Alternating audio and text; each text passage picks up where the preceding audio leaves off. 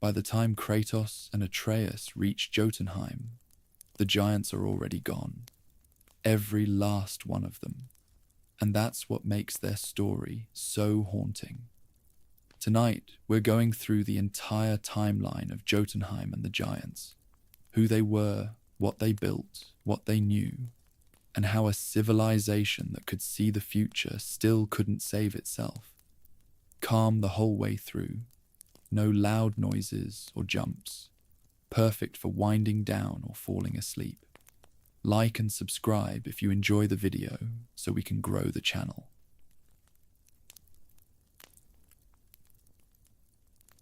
Before the 9 realms existed as we know them, there was only the Ginnungagap. It wasn't a place of substance, but a primordial void where the shifting energies of fire and ice eventually collided. In this silent space, the heat of the south met the frost of the north, and from that thermal tension, the first being emerged. His name was Ymir. He wasn't a god, and he wasn't a mortal. He was a creature of pure, elemental chaos.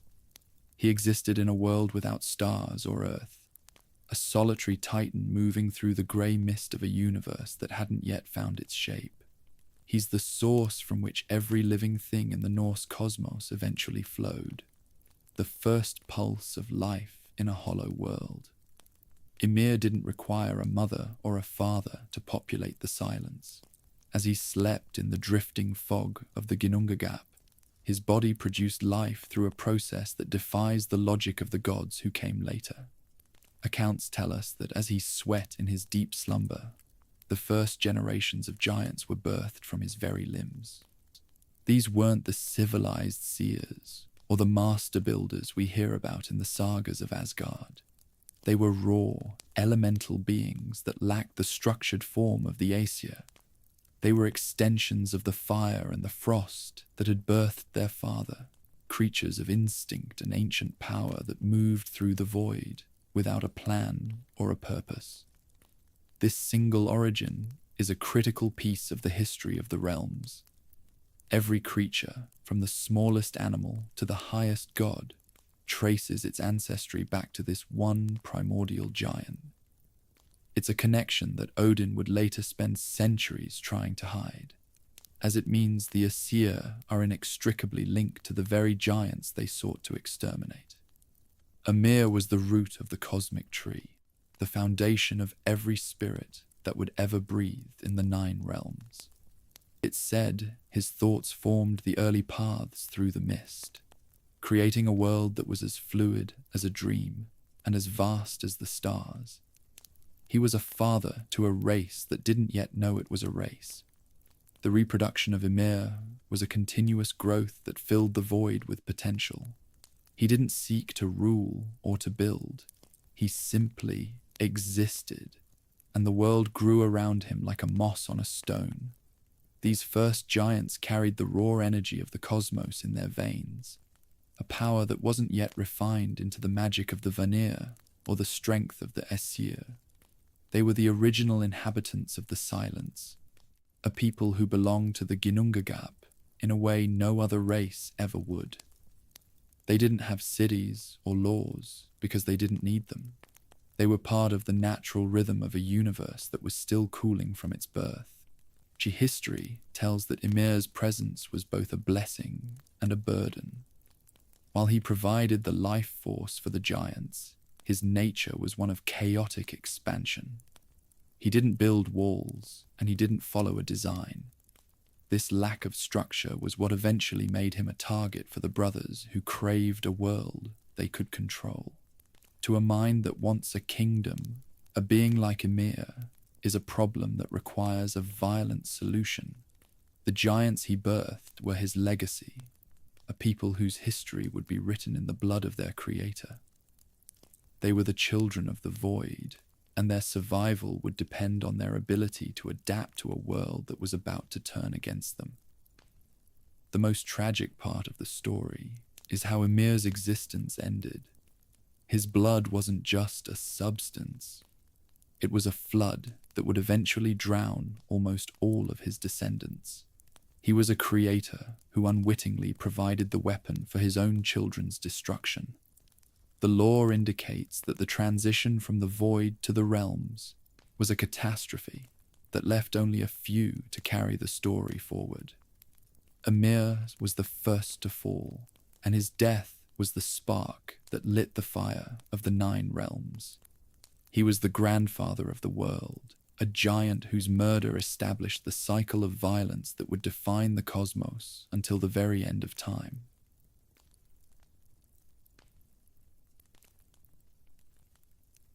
The era of elemental chaos ended when 3 Aesir brothers decided the universe needed a master.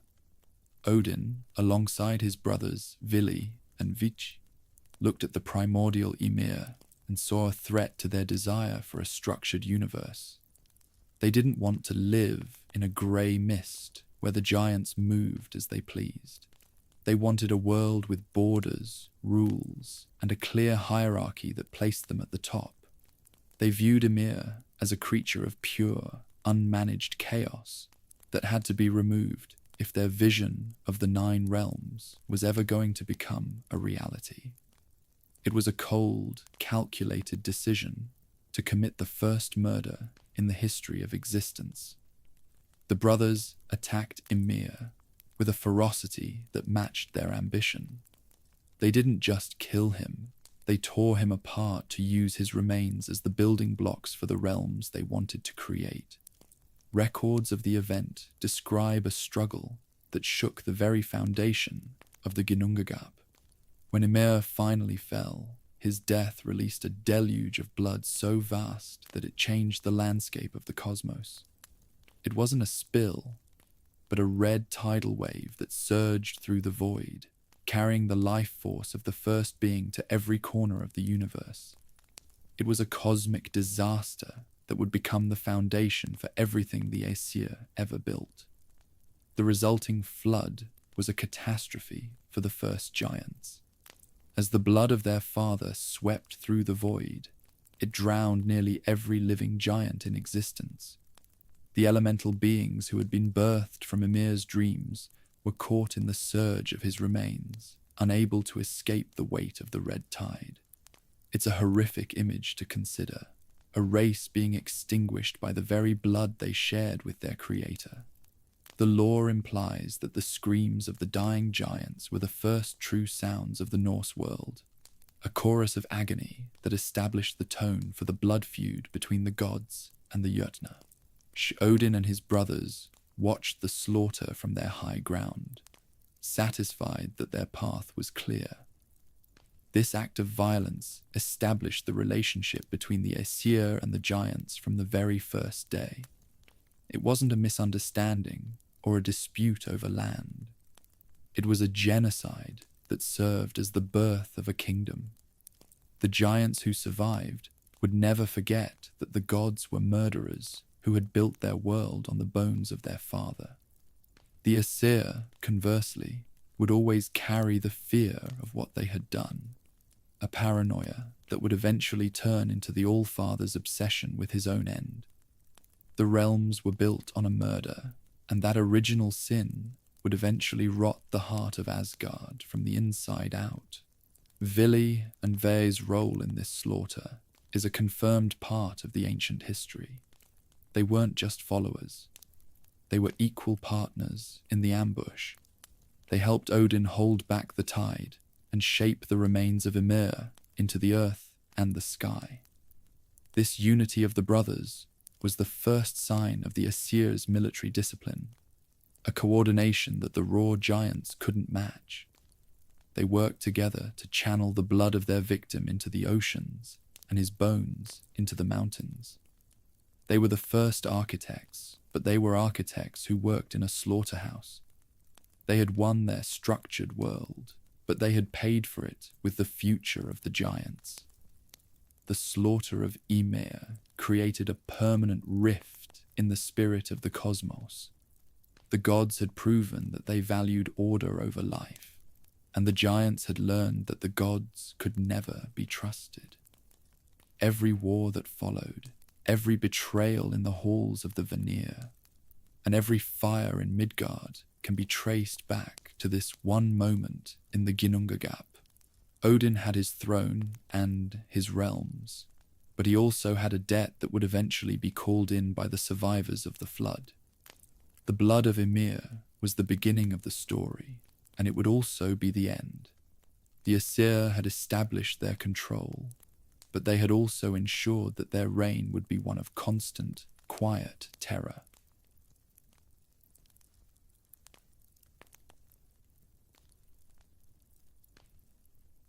Among the carnage of the blood deluge, only 2 giants found a way to survive the end of their world. Bergelmir and his wife, Nal, managed to fashion a boat from a hollowed-out tree trunk, a desperate vessel that allowed them to ride the waves of Ymir's blood, while their brothers and sisters were swept away by the red tide. Bergelmir steered his small craft through the mist, searching for a place where the gods couldn't reach them. He was a witness to the total destruction of his race, a weight of grief that would have broken a lesser man. But Bergelmir was driven by a need to ensure that the story of the giants didn't end in the void. They eventually found a distant, craggy realm that sat on the edge of the world, a place of towering peaks and cold winds that Bergelmir named Jötunheim. It was a harsh landscape, but it was safe from the immediate reach of the Aesir. Legend tells us that Bergelmir and Nal settled there, becoming the ancestors of the 2nd generation of giants. They didn't have a palace or a city. They had only the stone and their own hands. They were the parents of a new age, a couple who had to rebuild an entire civilization from the scraps of a disaster. Bergelmir became the first king of the giants, not by conquest, but by the fact that he was the only one left to lead. The most remarkable thing about Bergelmir was his choice never to seek revenge against the Aesir. He had every reason to lead a war against Odin and his brothers, to return to the heart of the realms and bleed the gods for the murder of his father. But he understood that a war of retaliation would only lead to the final extinction of his people. He chose to focus on rebuilding rather than destroying, prioritizing the survival of the Jötnar over the satisfaction of a grudge. He was a ruler who valued life more than pride, a philosophy that earned him the title of Bergelmir the Beloved. He was the heart of the giants, a king who taught his people that the best revenge was simply continuing to exist. This decision to prioritize peace allowed Jötunheim to flourish in isolation. Under Bergelmir's guidance, the giants began to build a civilization that was focused on wisdom, art, and the understanding of the world. They didn't build an industrial war machine like Asgard. They built a fortress of memory. Bergelmir encouraged his people to learn the secrets of the earth and the patterns of the stars, turning their realm into a sanctuary for the spirit.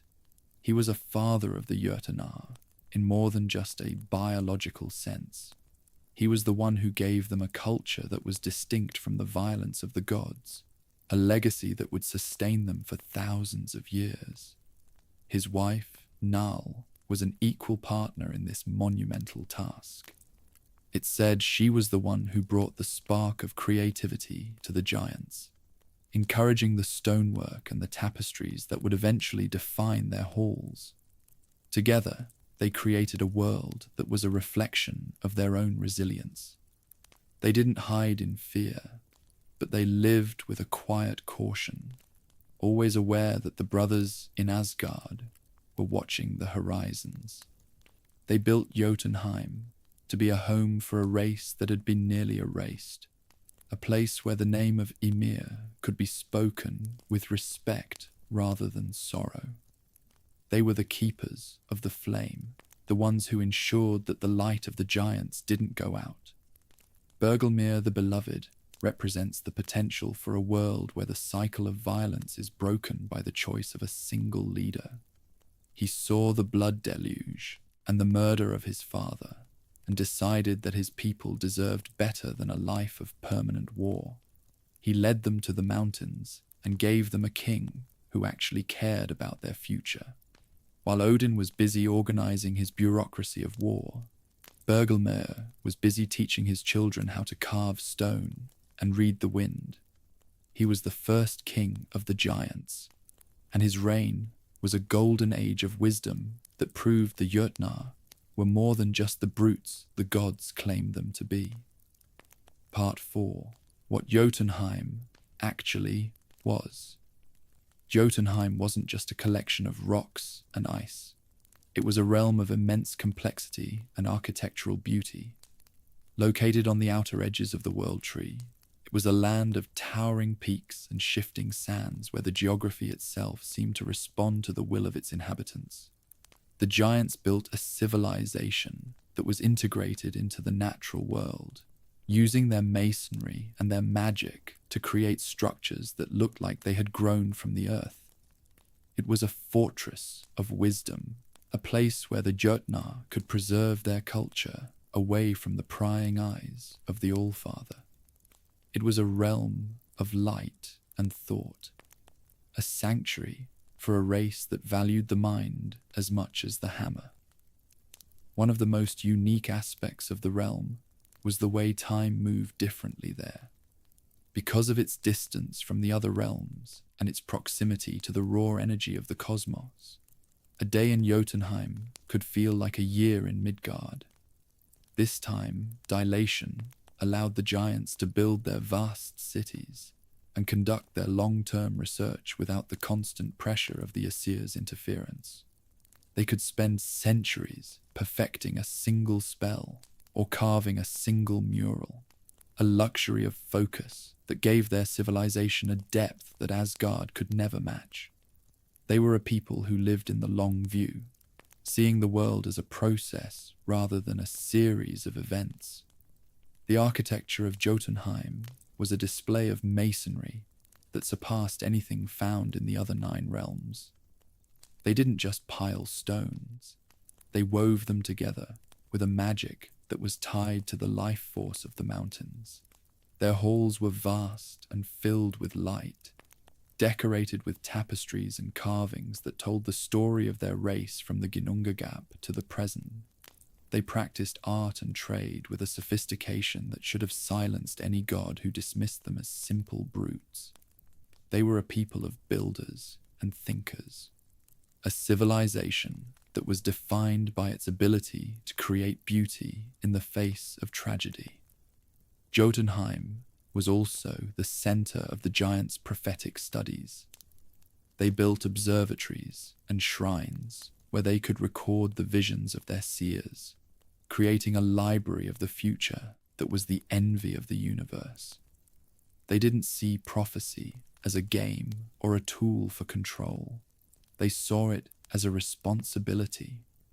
They documented the threads of fate with a clinical precision, knowing that the information they gathered was the only thing that could save their race from the coming storm. The realm was a giant machine of information, a place where the history of the world was written before it even happened. It was the brain of the cosmos, and the giants were its careful keepers. The relationship between Jötunheim and the World Tree was one of deep, spiritual connection.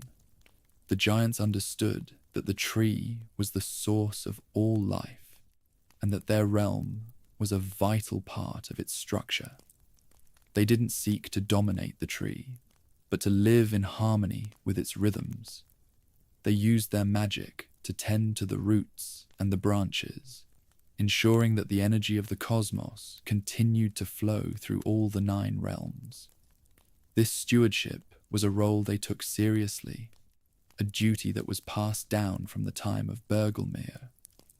They weren't just a race of people, they were the gardeners of the universe, a fact that Odin's paranoia would never allow him to appreciate. Jötunheim was a world that was designed to be a permanent home for a people who had almost lost everything. It was a place of safety, wisdom, and the quiet pursuit of excellence.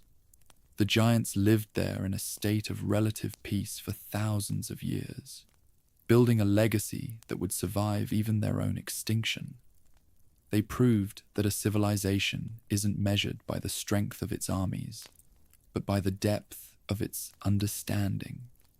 Jötunheim was the ultimate monument to the resilience of the Jötnar, a realm that stood as a challenge to the gods who had tried to drown them in the blood of their father. It was a world of stone and light, and it was the only place where a giant could truly be free. Section 2. The Giants as a Civilization. Part 5. The Many Kinds of Giant. The term giant is often a misnomer in the common speech of the Nine Realms, as it refers to a race and a soul rather than a specific physical size. While some Jötnar were indeed mountain-sized beings like the stonemason Tamur, the race was incredibly diverse in its forms and its natures. Some giants were human-sized, indistinguishable from the mortals of Midgard, while others took on the forms of animals or elemental spirits. This diversity was a reflection of their ancient origin in the Ginnungagap, a time when life wasn't yet restricted by the categories of the gods. They were a people of 1,000 faces, unified not by their appearance, but by their shared ancestry and their connection to the earth. The lore confirms that there were specific varieties of giants that settled in different parts of the cosmos. Frost giants found their home in the cold reaches of Niflheim and the high peaks of Jötunheim, their bodies made of the eternal ice. Fire giants, led by the ancient Surtur, resided in the heat of Muspelheim, their spirits tied to the primordial flame. There were also stone giants who moved through the mountains, and earth giants who tended the forests. This variety meant that the giants were a part of every ecosystem in the Nine Realms, a race that was as broad and as deep as the universe itself. They were the original expressions of the life force, a people who could adapt to any environment. Some of the most famous giants in the history of the realms were those who took on animal forms. Hraesvelgr was a massive eagle who sat at the edge of the world, her wings creating the winds that blew across all the Nine Realms. Jormungandr, the world's serpent, was a giant of such scale that he encircled Midgard, his body a bridge between the physical and the metaphysical worlds. These beings weren't just monsters. They were giants whose nature had been expressed in a non-humanoid form. They were a reminder that the Jötnar were a race that wasn't bound by the limitations of the Aesir's design. They were the wild heart of the cosmos, a people who could be a bird, a snake, or a mountain. The diversity of the species said a lot about a race that had evolved across multiple realms over thousands of years. They hadn't been created in a single act of divine will. They had grown and changed along with the world. This adaptability was their greatest strength, but it was also what made the gods so nervous. Odin couldn't manage a people who could look like anything and live anywhere. He preferred the predictability of the humans and the dwarves, races that stayed in their designated spots. The giants were a variable that he couldn't control, a people who were as unpredictable as the weather and as ancient as the stars. The shared soul of the giants was the thread that connected all these different forms. No matter how large or small they were, every Jötun carried a spark of the primordial Ymir within them. This gave them a level of spiritual unity that was invisible to the outside world. They could communicate across realms and share their visions through a magic that was tied to their blood. When a giant died, their soul didn't just vanish. It returned to the earth, or was stored in the soul stones that were a vital part of their culture. They were a people of a single spirit, a community that transcended the physical boundaries of the Nine Realms. This diversity of form was also a defense against the prejudices of the other races. A giant could hide in a forest as a tree, or move through a city as a mortal, a fluidity that allowed them to survive in a world that was becoming increasingly hostile. They didn't see their different shapes as a source of division, but as a source of pride. They were the children of the void, and they carried the potential of the void in every cell of their bodies. They were a civilization of infinite variety, a race that proved that life is a lot more complicated than the gods of Asgard wanted to believe. They were the Jötnar, and they were the most diverse family in the history of the world. Part 6. The Giants in Midgard. For a long time before the rise of Odin's paranoia, the giants lived peacefully alongside the other races in the realm of Midgard. They weren't isolated in their mountain fortress, but were an active and vital part of the political geography of the Norse cosmos. They built the marketplace, a grand area where they traded their masonry and their wisdom with humans, dwarves, and elves. It was a time of shared growth and mutual respect, an era when the knowledge of the Jötnar was a gift that helped the other realms flourish. They weren't viewed as threats or as monsters, but as the master architects who had provided the magic and the steel that defined the early peace. The presence of giant settlements in Midgard was a sign of a world that was in balance. They built the temple in the Lake of Nine, a project they shared with the god Tyr, to facilitate faster and safer travel between the realms. This temple was a monument to their belief in cooperation and the unity of the 9 realms. The giants didn't want to rule Midgard. They wanted to be a part of it. They shared the mountains with native trolls and the forests with the first humans, teaching them how to work the stone and read the signs of the earth. They were the teachers and the builders, the ones who ensured that the world was a place where everyone had a seat at the table. One specific mountain in Midgard was shared between the giants and a native troll, a relationship that was a symbol of the harmony of the age. They lived together in a state of mutual benefit, sharing their resources and their stories for generations. This wasn't an unusual arrangement, as the giants were a people who valued the connections between all living things. They saw the trolls, the humans, and the dwarves as their younger siblings, beings who were still learning the lessons of the world.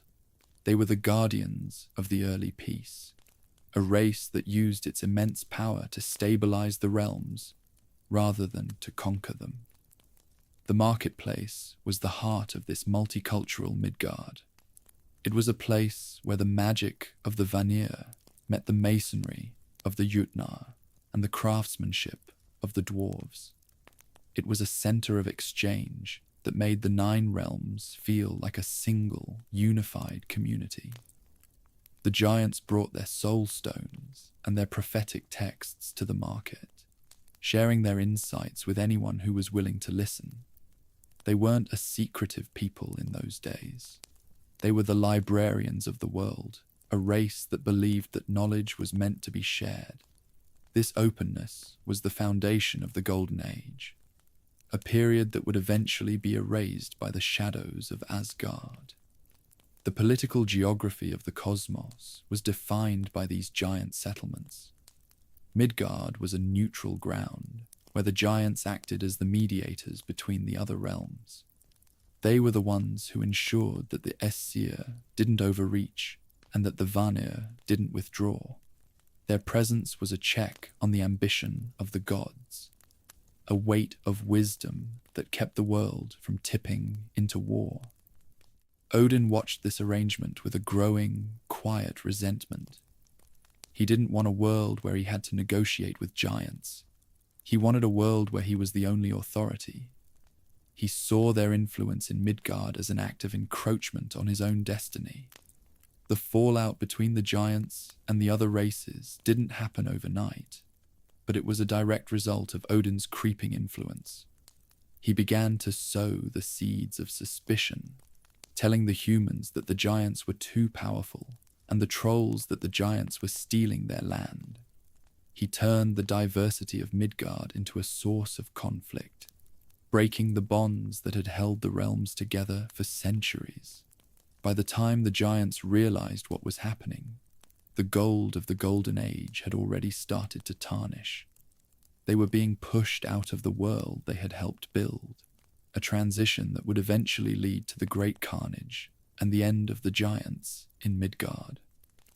Part 7. The Gift of Prophecy. The most remarkable and perhaps the most tragic gift of the giants was their biological connection to time, a trait that allowed them to see prophetic visions of things yet to come. This wasn't a form of magic that they practiced or a skill that they learned. It was a fundamental part of their being. They saw the future as a series of threads that were woven into the fabric of the universe, a map of fate that was as clear to them as the road beneath their feet. Mimir once said that the giants knew things that even the gods couldn't see, a level of foresight that made them the most dangerous race in the eyes of the Allfather. They didn't just guess what was coming, they witnessed it. To preserve these visions, the giants created the Jötnar shrines, wooden triptychs that acted as physical records of their prophecies. These shrines were distributed throughout the 9 realms, hidden in the places where the giants had lived and worked. They didn't keep their knowledge locked away in Jötunheim. They left it where it could be found by those who were ready to see the truth. Each shrine was a chapter in the history of the future, a record of the wars, the births, and the deaths that would eventually define the cosmos. They were a people who lived with the knowledge of their own end, a burden that few other races could have carried with such dignity. The way the giants' prophecy worked was through a deep, spiritual resonance with the world tree. They understood that the tree was the source of all potential, and that every choice made in the realms sent a ripple through its branches. By listening to the tree, the giants could see the outcomes of those choices long before they were made. This gave them a perspective that was vaster than any military strategy or political plan. They saw the end of the Aesir and the rise of Ragnarok as a mathematical certainty, a fact that they recorded in their art and their stories. They were a race of prophets who were watching a tragedy unfold in slow motion. This foresight is what made the giants the ultimate target for Odin. He was a god who was terrified of the unknown, and the idea that there was a race that knew exactly when and how he would die was a thought he couldn't live with. He viewed their refusal to share their visions as an act of war, a personal insult to his intellect and his right to rule. He didn't want to understand the future. He wanted to control it. He saw the giants as a resource that needed to be mined, a library that he was entitled to raid. He spent his life trying to steal a gift that wasn't meant for him, a search that would eventually lead to the destruction of the very people he was trying to learn from. So the paradox of the giants was that a race that could see the future still ended up nearly extinct. They knew that Odin was coming. They knew that Thor would slaughter them in Midgard, and they knew that their world would eventually fall. Yet they didn't fight to change the outcome through violence. They believed that fate was a river that couldn't be diverted, only navigated. They chose to use their knowledge to ensure the survival of their spirit rather than the survival of their bodies. They focused on hiding their secrets and preparing a path for the one who would eventually finish the story. They were a people who accepted their fate so that the world might have a future. In the end, the gift of prophecy was both the giants' greatest power and their greatest curse. It gave them a wisdom that sat above the petty squabbles of the gods, but it also made them a looming threat that couldn't be ignored. They were the librarians of time, and they died protecting the books. Their shrines remain as a testament to a race that knew everything, and yet chose to stay silent until the right moment arrived. They saw the Spartan and the boy coming long before the boy was even born, a vision that gave them the strength to endure the dark. They were the Jötnar, and they knew how the story ended. Part 8. The Giant Kings and Their Leaders. The history of Jötunheim wasn't just defined by its geography, but by the specific leaders who shaped its survival across the centuries. Bergelmir was the founding king who established the realm, but the monarchs who followed him had to navigate an increasingly dangerous world. One of the most famous of these was Thrym, a frost giant who understood that the Aesir only respected the language of force. Thrym was a cunning leader who managed to steal Mjolnir from Thor, using the hammer as a bargaining chip to demand the hand of Freya. He didn't want a wife. He wanted a political hostage that would ensure Asgard could never attack Jötunheim again. It was a bold move that proved the giants weren't just passive observers, but were capable of playing the same high-stakes games as Odin. Starkadr was another figure who stood at the center of the giants' history, a multi-armed warrior king who represented the physical peak of his race. He wasn't a poet or a seer, but a soldier who understood the weight of the hammer and the edge of the blade.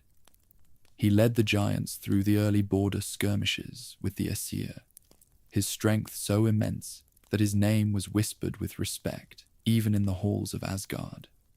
Starkadr was the guardian of the tradition of the warrior giant, a being who believed that the best way to preserve a culture was to have a wall of steel around it. He stood as a reminder that the Jötnar could be just as formidable in a fight as they were in a library. In the realm of Muspelheim, a different kind of leader waited for the end of the world.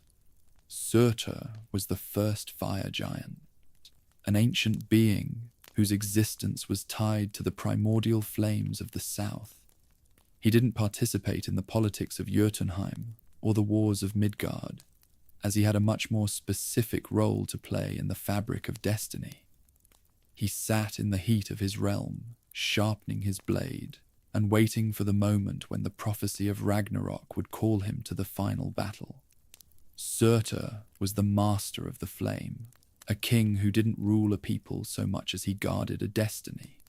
He was the oldest of his kind, a figure whose presence was a constant reminder of the finality of the cosmic cycle. The leadership of the giants was never about the absolute authority of a single Allfather, but about the specific expertise that different kings brought to their people. While Thrym focused on the external threats and Starkadr focused on the defense of the realm, the smaller family groups in Jötunheim looked to their own elders for guidance. It's said that the giants valued the wisdom of the individual as much as the power of the king, a decentralized system that made it difficult for Odin to decapitate their leadership. They were a people who followed the best idea rather than the loudest voice. This cultural resilience allowed them to maintain their identity even when their physical territory was being squeezed by the expansion of Asgard. One of the most tragic figures in this lineage was Hrimthur, the master mason who followed in the footsteps of his father, Thamur.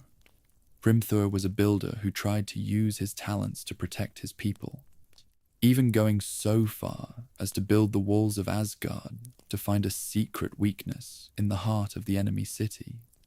He was a king of the intellect, a leader who used stone and magic to fight a war that his people couldn't win with muscles alone. He represented the desperation of the final generations of giants, the ones who knew that the end was coming and were trying to leave a legacy that would survive the fire. He was a man of the earth who was trying to outsmart the sky. These leaders were the ones who recorded the history of the Jötnar in the shrines and the murals that Kratos and Atreus would eventually find. They didn't see themselves as gods, but as caretakers of a race that was as old as the Ginnungagap. They knew that their names would eventually fade into myth, but they worked to ensure that the spirit of their people remained. Whether it was through the theft of a hammer or the building of a wall, they each played a part in the long, quiet struggle against the Allfather's obsession. They were the masters of Jötunheim, and they were the ones who made sure that when the giants fell, they did so with their eyes open. Section 3. The Aesir-Vanir War and the Giants. Part 9. Why the Giants stayed out of the war. The conflict between the Aesir and the Vanir was a disaster that consumed most of the 9 realms, but the Giants made a deliberate choice to remain neutral. This wasn't because they lacked the power to intervene. A race of mountain-sized warriors and fire-breathing spirits could have easily destabilized either side of the struggle. Instead, the Jötnar were pacifists by necessity.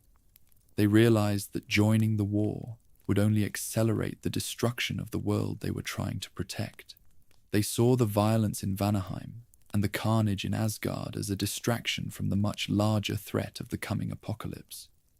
They chose to be the silent witnesses to the fall of the gods, prioritizing the preservation of their own sight over the short-term advantages of picking a winner.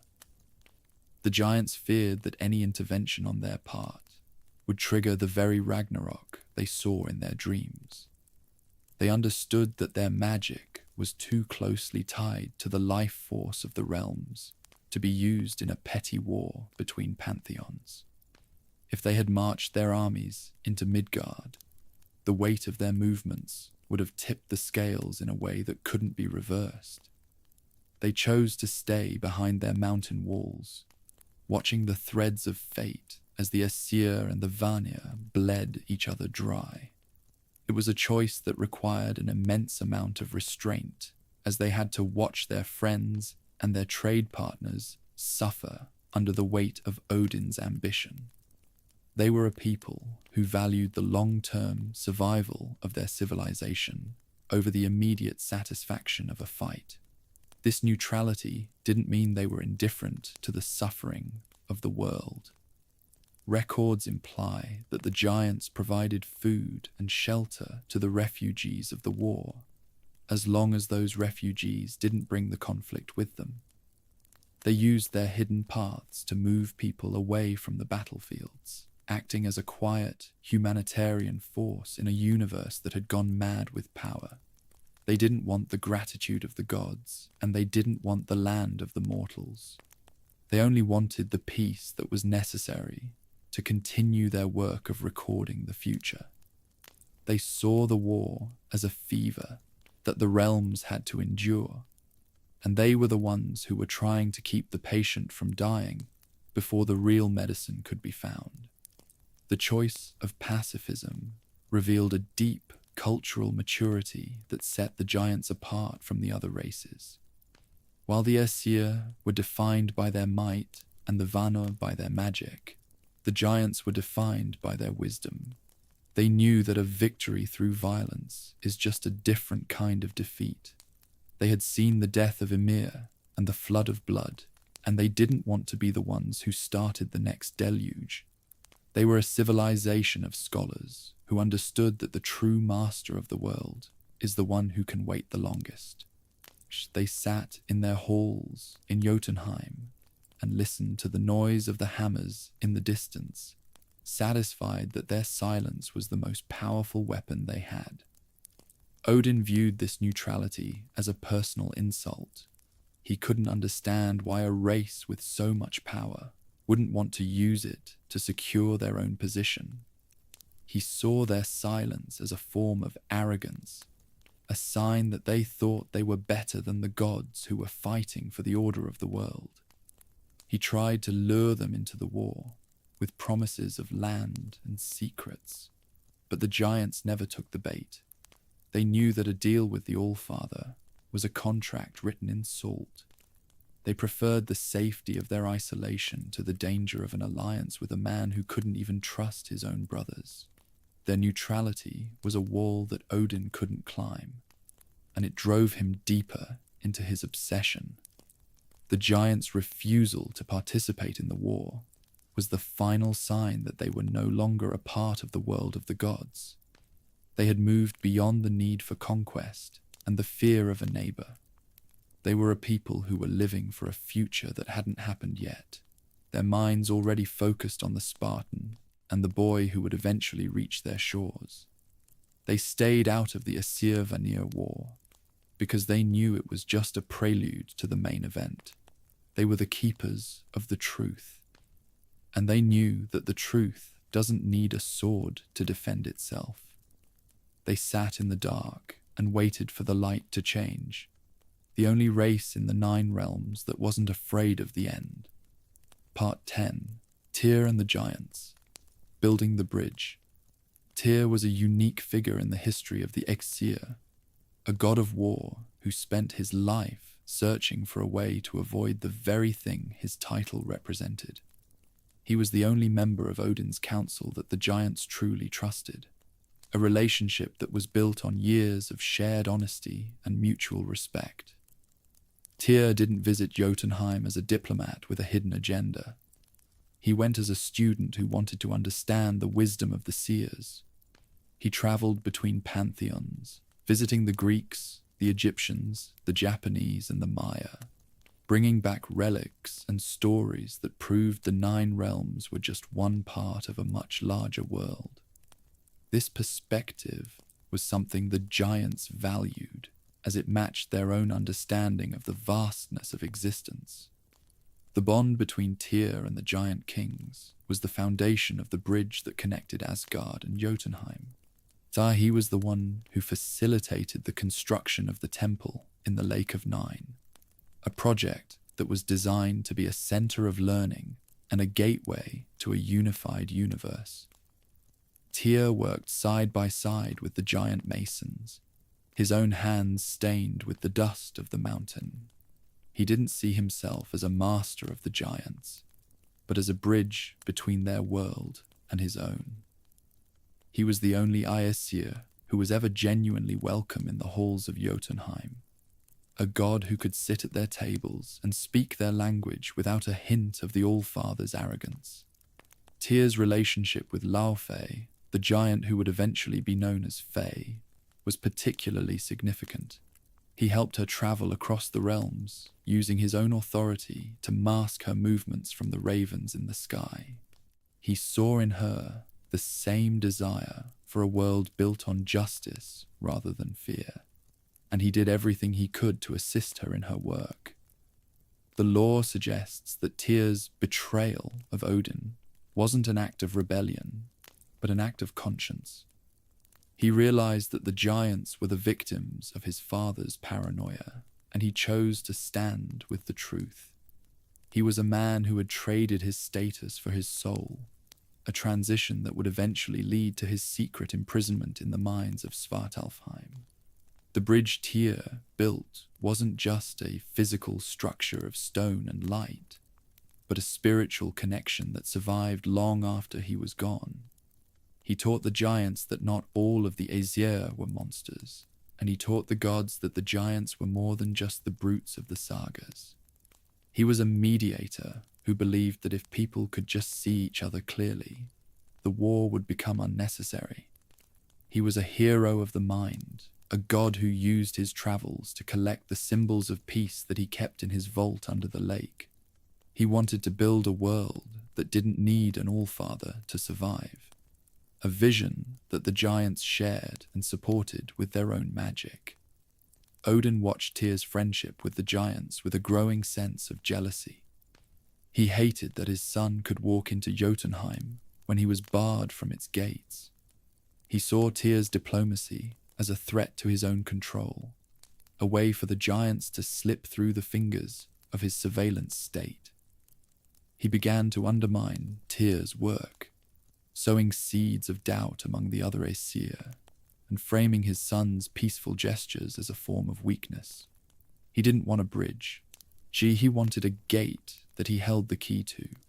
The Allfather saw Tyr's love for the giants as a handle he could use to pull his son down, a calculation that was as cold as the ice of Niflheim. The legacy of Tyr and the giants is the story of a missed opportunity for the Nine Realms. If Odin had followed his son's lead, the history of the cosmos might have been written in ink rather than blood. But the Allfather was too afraid of the future to let anyone else build it. Tyr was removed from the story. His name turned into a legend of a dead martyr while he sat in a cell in the dark. The giants were left without their only ally in Asgard, and the bridge they had built began to crumble under the weight of the coming war. They remembered Tyr as the one who was right, a god who had seen the light and had been punished for trying to share it. Section 4. Odin's Obsession. Part 11. Odin learns about the prophecy.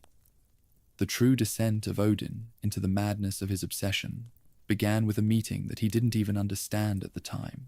He sought out the giant seeress Groa, a woman whose foresight was legendary even among her own people. Odin wanted to know about the future, not to prepare for it, but to find a way to hijack it. He came to her demanding to know what she had seen in her dreams, his voice full of the entitlement of a king who had never been told no. Groa saw in him the very monster that the prophecies had warned about, a god who would burn the world to keep a secret. She told him the first prophecy of Ragnarok, describing the end of Asgard and the death of the Aesir in a way that left no room for doubt. Odin's reaction to the truth was a display of petty, violent desperation. He couldn't handle the idea of a future that he didn't control, and he saw Groa's vision as a personal attack on his right to rule. In a fit of rage, he strangled the seeress before she could finish telling him the full scope of what she had seen. He believed that by killing the prophet, he could somehow kill the prophecy. He was a man who thought he could stop a storm by shooting an arrow into the clouds. He took the texts and the memories of Groa back to Asgard, spending his days and nights trying to decipher the parts of the vision that she had taken to her grave. He wasn't a king anymore. He was a thief of the future. This act of violence revealed the specific fear that drove everything that followed. Odin realized that the giants held the key to his own death, and their refusal to share the future with him was an act of war. He stopped seeing them as neighbors or as scholars, and started seeing them as a resource that needed to be mined. He became obsessed with stealing their sight, convinced that if he could just see what they saw, he could find a way to outsmart fate. He didn't want to save the world from Ragnarok. He wanted to save himself from the consequences of his own nature. He was a god who was terrified of being mortal, and he was willing to kill anyone who reminded him of the end. The murder of Groa was the first brick in the wall that Odin built around himself. He started to pull away from his family and his advisors, his mind entirely focused on the scraps of the prophecy he had stolen. He turned his ravens into a surveillance network, eyes that were meant to find the next seer or the next mural that would give him the answers he craved. He grew cold and paranoid, seeing enemies in every shadow and spies in every hall. He was a man who had been told how he would die, and he spent the rest of his life making sure everyone else died first. He was the master of Asgard, and he was the most frightened being in the Nine Realms. The giants heard about the death of Groa and realized that the peace of the early ages was over. They saw that Odin was a parasite who would drain the universe of its wisdom if given the chance. They began to pull back from Midgard, sealing their libraries and hiding their shrines. They knew that a war was coming, a war that would be fought for the control of time itself. They didn't hate Odin, yet they pitied him. They saw a man who was fighting a battle he had already lost, a king who was trying to hold back the tide with his bare hands. They were a people who accepted their end, and they couldn't understand a god who was so afraid of it. This obsession colored every interaction Odin had with the other realms. He didn't want a marriage with Freya because he loved her. He wanted her magic to see through the mist. He didn't want a peace with the giants because he valued their culture. He wanted a way into their realm to steal their books. He was a man who had traded his heart for a library, and he was finding that the books didn't have the answers he needed. He sat in his lodge and watched the snow fall over Asgard, convinced that he was the only one who knew the truth. He was the All-Father, and he was the one who had ensured that Ragnarok would be the only story left to tell. Part 12, The Summit That Destroyed Everything. The final fracture in the relationship between the Aesir and the Giants occurred during a diplomatic meeting that should have been the start of a new era of peace. Tyr had managed to organize a summit between Odin and the giant kings in Jötunheim, a historic event that brought the All-Father into the heart of the mountain fortress for the first time. Tyr believed that if the two sides could just sit at the same table, they could find a way to coexist. He guaranteed Odin's behavior, putting his own honor on the line to ensure the safety of the giants. It was a moment of supreme hope for the Nine Realms, a chance to end the blood feud that had started in the Ginnungagap. Odin, however, had no intention of keeping the peace. He saw the visit as a unique opportunity to conduct a reconnaissance mission in a realm that had been closed to him for an age. He brought Mjolnir with him, claiming the hammer was a necessary show of force for the security of the mountain. But the giants saw it for what it truly was, a threat. While the kings were talking about trade and borders, Odin was busy spying on their defenses and searching for their sacred texts. He used his ravens and his own magic to map the halls of Jötunheim, trying to find the source of the giants' foresight. He was a man who was stealing the silverware while his hosts were serving him dinner. The giants, being a race of seers, saw through his deception almost immediately. They realized that Odin wasn't there to build a bridge, but to find a way to burn it down. They discovered him in their private libraries, his hands full of the records of the future that he was trying to smuggle back to Asgard. The outrage was total. They didn't just end the meeting, they banished Odin from Jötunheim permanently and cursed his name. They vowed that no Aesir would ever set foot in their realm again, a decree that was backed by the full weight of their ancient magic.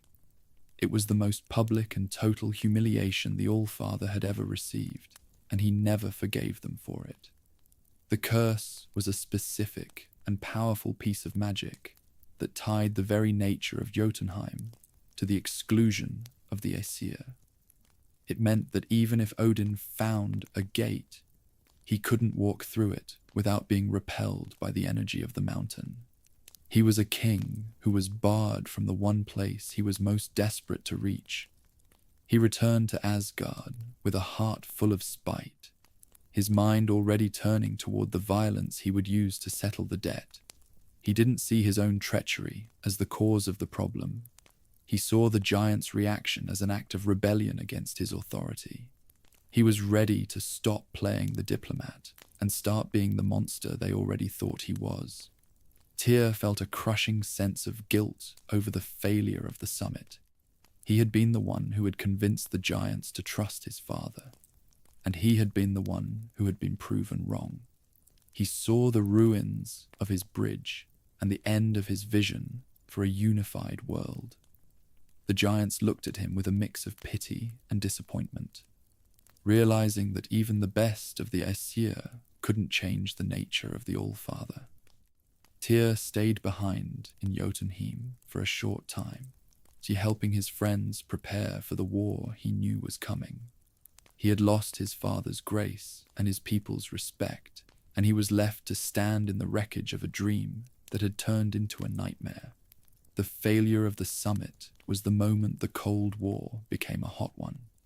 Odin stopped pretending to care about diplomacy and started preparing the military machine of Asgard for a campaign of total extermination. He wanted to make the giants pay for the curse and the humiliation they had inflicted on him. He saw their isolation as a challenge to his dominance and their foresight as a weapon that he had to disarm.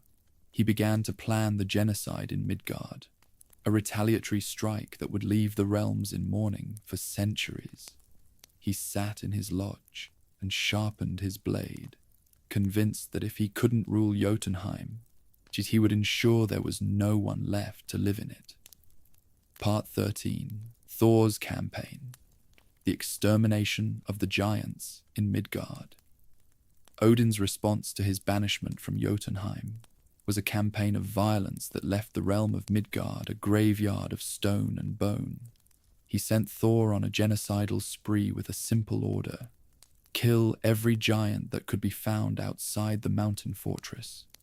The All-Father wanted to punish the Jötnar for their defiance and to ensure that no one was left to help them from the outside. Thor moved through Midgard with a mindless ferocity, his hammer a blur of lightning and death. He didn't care if he was killing warriors or masons. He only cared about the count of the heads he could bring back to Asgard. It was the Great Carnage, a period of history that proved the gods were the most dangerous beings in the cosmos. The scale of the slaughter was confirmed by the ruins that Kratos and Atreus would eventually find scattered across the landscape. Thor killed the legendary stonemason Thamur, whose body became a mountain of ice that dominated the horizon. He murdered the warrior Hrungnir and 1,000 others, their spirits sent to Helheim before they could even understand why the war had started.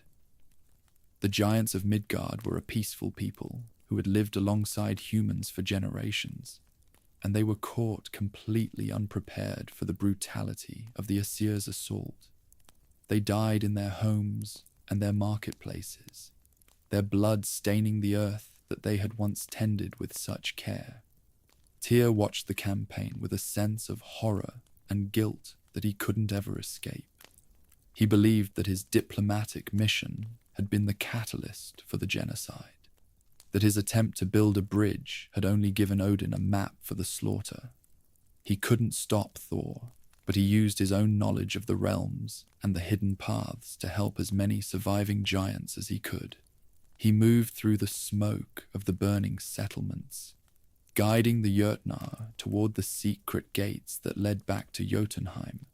He was a god of war who was trying to save a people from a war he had accidentally started. He was the only light in a world that had gone dark with the fire of Mjolnir. The extermination in Midgard was a clinical, organized act of erasure. Odin wanted to make sure that the memory of the giants was scrubbed from the history of the mortal world. He destroyed their shrines and their libraries, replacing their ancient wisdom with the propaganda of the Aesir. He told the humans that the giants were monsters who had tried to invade Asgard, a lie that would persist for hundreds of years.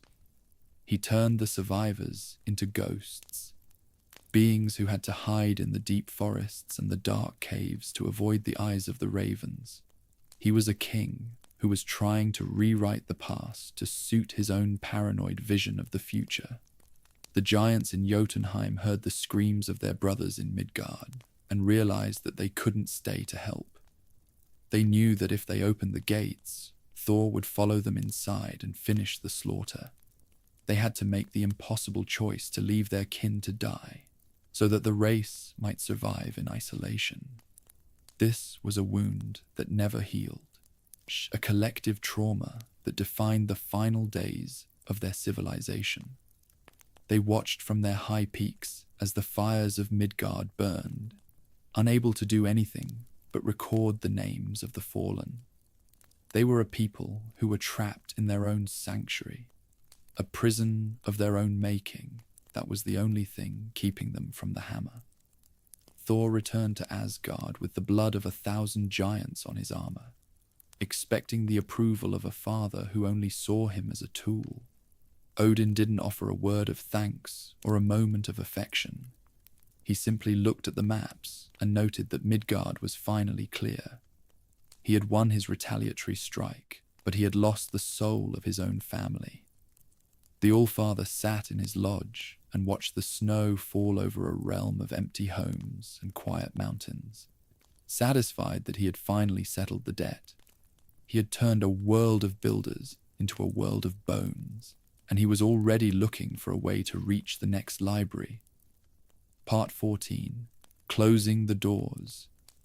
Realizing that they couldn't win a physical war against the combined might of the Aesir and the magic of the Allfather, the giants made the decision to seal the gates to Jötunheim forever. They understood that their survival depended on their total isolation from the rest of the 9 realms. They used their own ancient magic to destroy every travel gate and to hide the Jötunheim Tower in the realm between realms, a space that existed outside the normal flow of time and space.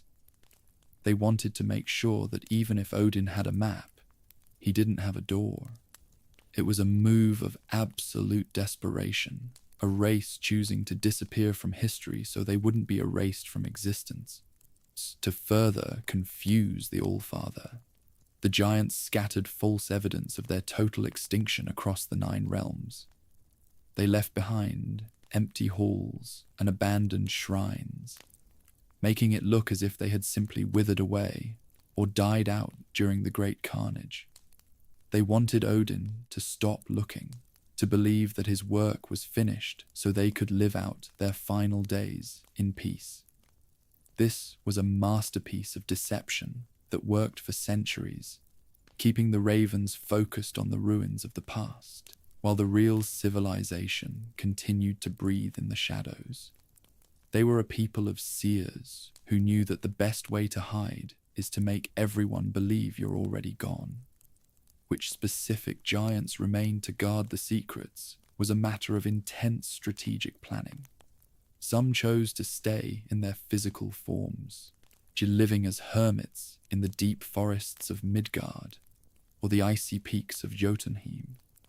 Others made a more permanent sacrifice, hiding their souls inside the marble stones that Angerboda's father had created. These soul stones were a way to preserve the essence of the fallen, a library of spirits that could be awakened when the time was right. They were the insurance policy for the race, a collection of memories and magic that Odin could never reach. The giants were a people who were ready to become stones if it meant the Allfather couldn't own their minds. The hiding of the secret gate was the final act of the isolation. They entrusted the knowledge of the path to Jötunheim to a few individuals who were proven allies, including the god Tyr and the guardian Faye.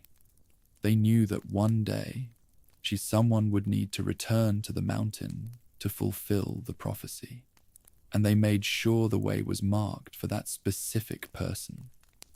They didn't want the gate to be easy to find, as every traveler was a potential risk to the safety of the realm. They turned the geography of the 9 realms into a puzzle that only the worthy could solve. They were the architects of a secret that was as vast as the mountains they called home. Odin spent decades searching for the missing tower and the hidden gate, his frustration growing with every failed expedition. He knew the giants were still there, somewhere in the mist, and the fact that he couldn't reach them was a constant insult to his divinity. He burned through resources and sacrificed his own scouts in his quest for the entrance. But the magic of the giants held firm. He was a king who was locked out of his own universe, a master of a world that had a door he couldn't find. He grew increasingly bitter, his obsession with the giants turning into a cold, directed hatred that defined the final ages of his rule. The closing of the doors was the end of the giants as an active force in the 9 realms. They became a myth, a ghost story that parents told their children to keep them from wandering too far into the mountains. But inside Jötunheim, the civilization continued to wait for the end. They watched the threads of fate and recorded the arrival of the Spartan and the boy. knowing that their isolation was just a temporary pause in a much longer story. They had saved their race at the cost of their world, a transaction that left them with a peace that was as heavy as the stone. They were the Jötnar, and they were the only ones who knew that the doors would eventually open one last time. Section 5. The Last Giants, Part 15. Faye, the Last Guardian. Faye the Just, better known as Faye, remained in Midgard long after her people retreated to their mountain stronghold. She wasn't an accidental survivor, but a deliberate guardian tasked with protecting the remaining secrets of the giants from the searching eyes of the Aesir. While her kin sought safety in isolation, she chose a life of active resistance, moving through the forests as a shadow that Odin could never quite pin down. She possessed a warrior's spirit that matched her prophetic vision, understanding that the preservation of her race required more than just closed doors. She was the final check on the expansion of Asgard, a woman who held the weight of an entire civilization in her calloused hands. Her life in Midgard was a masterclass in strategic hiding. She lived among humans and lived a mortal life, blending into the landscape so effectively that even the ravens grew bored of watching her forest. She knew that Odin was obsessed with finding the last giant, yet she managed to build a home and a reputation without ever revealing her true nature to the wrong people. She was a master of the natural world, using the trees and the stones to mask her tracks and her magic. She understood that the best place to hide a secret is in plain sight, provided one has the discipline to keep the mask from slipping. She was a ghost in the machine of the 9 realms. The meeting between Faye and Kratos was the pivotal moment that changed the direction of the Norse cosmos. She didn't see a monster when she looked at the Spartan. She saw the chaos variable that her people had been waiting for. She recognized the specific brand of tragedy that followed him from Greece, and realized that a man who had already broken one pantheon was the only force capable of shattering the one currently suffocating her world. She didn't choose him out of a simple need for companionship, but out of a calculated hope for the future.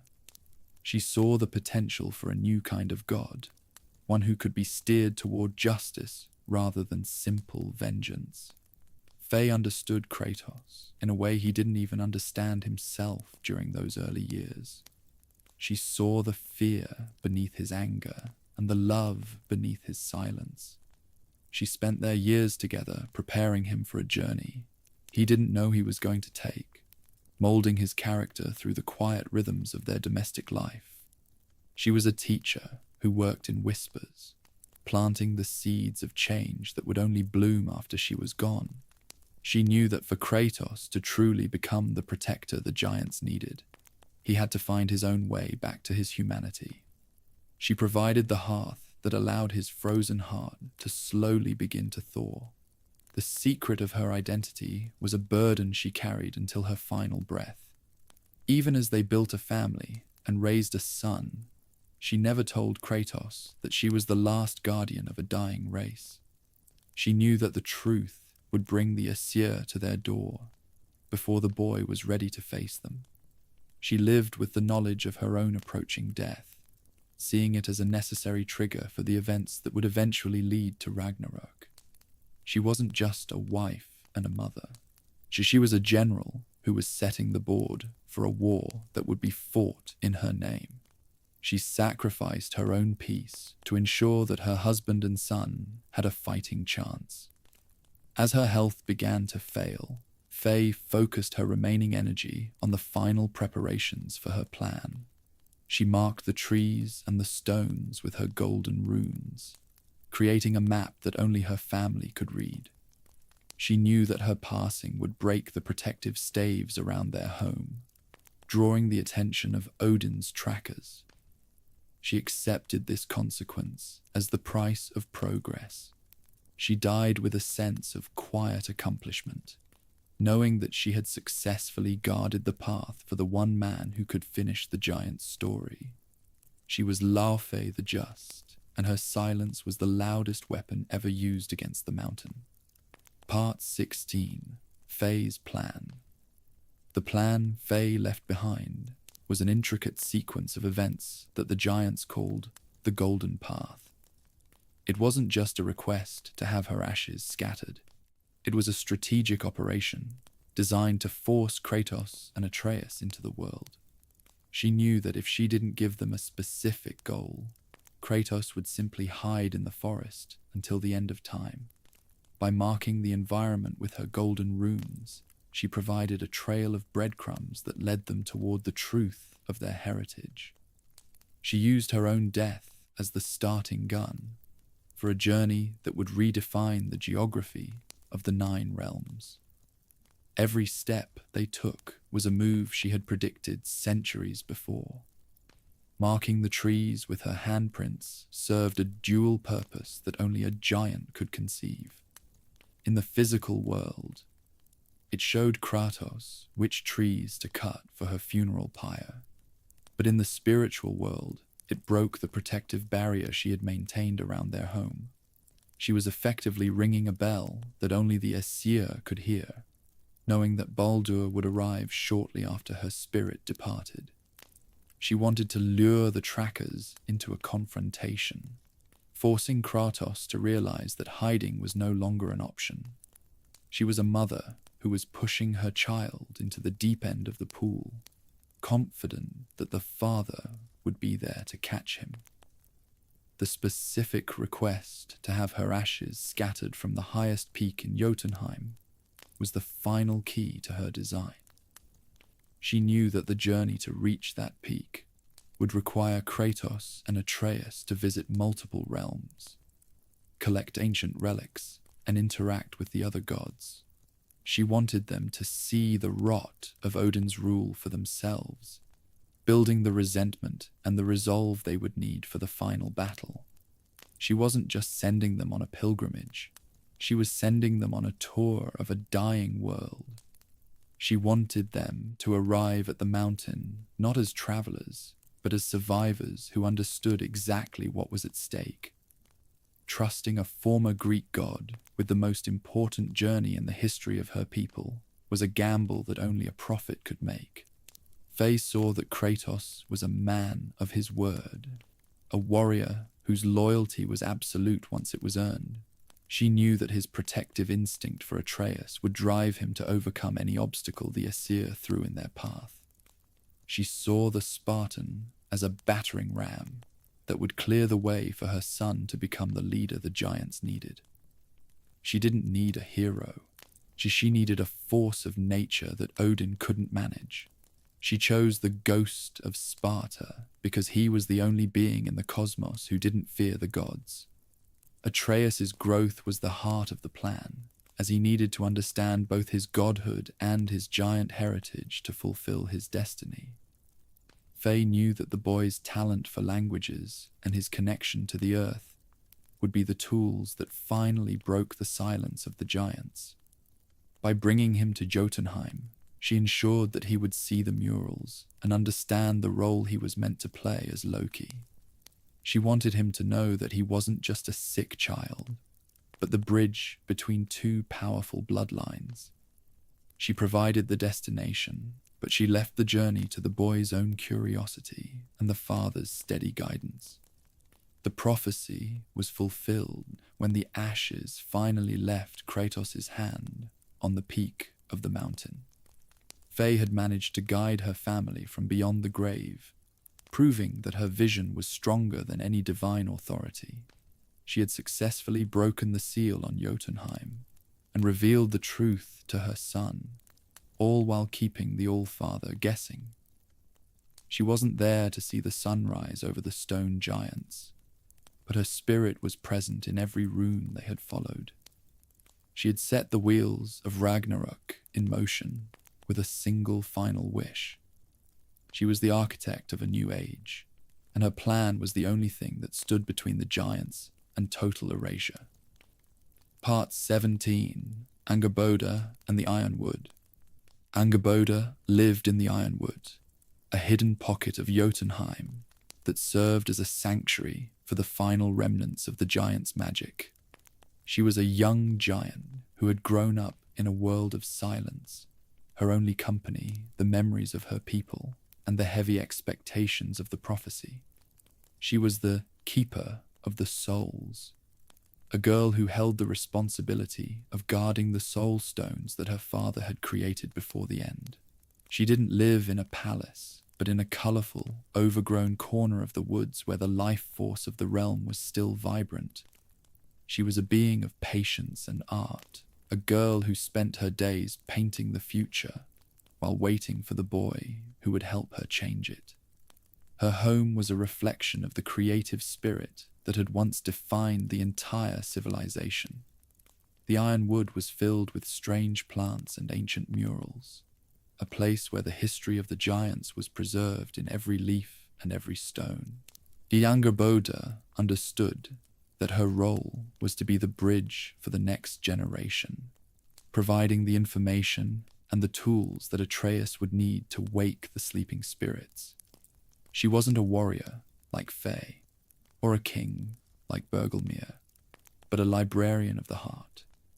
She saw the beauty in the tragedy of her people, finding a way to keep their essence alive in a world that had forgotten their names. Grilla, her grandmother, represented the darker side of the giant's survival. As one of the last pure-blooded giants, Grilla had been broken by the loss of her race and the isolation of the realm. She had turned to a desperate kind of soul magic, stealing the spirits of animals to try and fill the void in her own heart. This conflict between the grandmother's despair and the granddaughter's hope was the central drama of the Ironwood. Angerboda had to protect the soul stones from a woman who had once been their greatest defender. It was a tragic image of a family torn apart by the weight of a history they couldn't fix. The soul stones were the most precious relics in Angerboda's care, marbles of light that contained the essence of giants who had fallen during the Great Carnage. These weren't just artifacts. They were the future of the race. Each stone held a life that was waiting for a chance to return to the world in a new form. Angerboda knew that her father had created them as a final insurance policy against the Aesir, a way to ensure that the giant's spirit could never be truly extinguished. She spent her days whispering to the stones, keeping the memories alive until the day the Loki would arrive to claim them. When Atreus finally arrived in the Ironwood, Angerboda saw the fulfillment of the prophecy she had been studying her entire life. She didn't see a stranger. She saw a partner. She recognized the boy's talent for soul magic and his genuine desire to help his people. Their relationship was the first sign that the giants had a future that wasn't just a recording of the past. They worked together to save the soul of a mountain and to understand the complexity of their shared heritage. Angerboda provided the context that Atreus lacked, showing him that being a giant was about more than just size or strength. The future the giants had always been preparing for was a world where their souls could be free of the mountain. Angerboda understood that Jötunheim was a tomb, not a home, and that the only way for her people to survive was to leave it behind. She gave Atreus the soul stones and the knowledge he needed to carry them, trusting him with the legacy of 1,000 years. She was the last daughter of a dying world, a girl who had found the courage to give her people a second chance. She sat in her woods and watched the boy depart, satisfied that the story of the giants was finally moving into a new and unknown chapter. Part 18. Jormungandr, the giant who came from the future. The world serpent, Jormungandr, was perhaps the most mysterious and gargantuan inhabitant of Midgard, a being whose origins were tied to a loop of time and soul magic. The lore confirms that he was a giant whose soul was placed into a common serpent by Atreus during the height of the war. This act of creation was a moment of pure, desperate magic, as Atreus used his innate talent for soul communication to give a fallen giant a new and immortal form. The serpent grew with a supernatural speed, his body expanding until he could encircle the entire world. He wasn't just a monster in the lake. He was a giant who had been given a second life to guard the future of his people. The circumstances of how Jormungandr came to exist in the Lake of Nine before his own birth are a result of the cosmic violence of Ragnarok. During the final battle, he was hit with such force by Thor's hammer that the fabric of reality tore, sending the serpent back in time to an era long before the boy was even born. He arrived in the past as a fully grown being, a silent sentinel who waited for centuries for the arrival of his creator. Mimir confirmed that the world's serpent recognized Atreus on sight, because he already knew him from the future. It was a tragic and beautiful paradox. A being who was older than his own father, and a guardian who was protecting a child who hadn't even been conceived yet. Living in the lake for centuries gave Jormungandr a unique perspective on the history of the Nine Realms. He watched as Odin's paranoia grew and as the giants were slaughtered, unable to intervene without disrupting the timeline that led to his own existence. He became a figure of myth and terror for the people of Midgard, a sleeping god of the water who only spoke in the deep, resonant tones of an ancient language. He held the secrets of the giants in his belly, literally and figuratively, as he waited for the moment when the marked warrior and the boy would call to him. He was a giant who had outlived his own race by traveling through the back door of time. The tragedy of Jormungandr was the isolation of his existence. He was the only giant of his scale left in Midgard, a being who could never truly communicate with the mortals or the gods who feared him. He spent his days in the dark water, remembering a future that was still decades away, and a mother who was still a girl in the Iron Wood. He saw the arrival of Kratos as the first sign that his long wait was finally coming to an end. He was a being who had seen the end of the world and had come back to make sure it happened exactly as it was supposed to. He was the eternal guardian, a giant who was a bridge between the ages. His hatred for Thor was a biological imperative, a resentment that was seared into his soul by the blow that had sent him through time. Every time he looked at the sky and saw the lightning, he felt the ghost of the hammer on his scales. This feud was the central conflict of his existence, a destiny that he was eager to fulfill. He knew that one day he would face the Thunder God again, and that their struggle would be the catalyst for the destruction of Asgard. He was a being of pure, focused intent, a giant who had traded his humanoid form for the strength to break a god. He was the world's serpent, and he was the most powerful weapon the giants ever produced. The lore suggests that Jormungandr's role in the story was to be the witness to the boy's potential. By providing the information and the transportation that Kratos and Atreus needed, he ensured that the plan of Faye would succeed. He was the one who could speak the truth to the boy, even if the boy didn't yet understand the words. When the final horn was blown and the war began, the serpent rose from the water to meet his destiny, a giant who had traveled through time to ensure that his people had a voice in the end. He died in the fire of Ragnarok, a hero who had spent 2 lifetimes guarding a secret that was finally, gloriously free. Part 19, Skoll and Hati and the Sun and Moon. The twin wolf giants, Skoll and Hati, were the eternal chasers of the sun and the moon, beings who represented the rhythmic cycle of day and night in the Norse cosmos. They were the children of the giant Hrimthur, born with a nature that was tied to the celestial bodies themselves. For centuries, they moved through the sky in a constant hunt, their presence a reminder that the world was always in motion. Odin, in his quest for total control, eventually captured the wolves and used his magic to bind them to his own design. He wanted to be the one who decided when the sun rose and when the moon fell, turning the natural order of the universe into a gear in his own political machine. The Allfather kept the wolves in a state of permanent hunger, using their need to catch their prey as a way to control the timing of Ragnarok.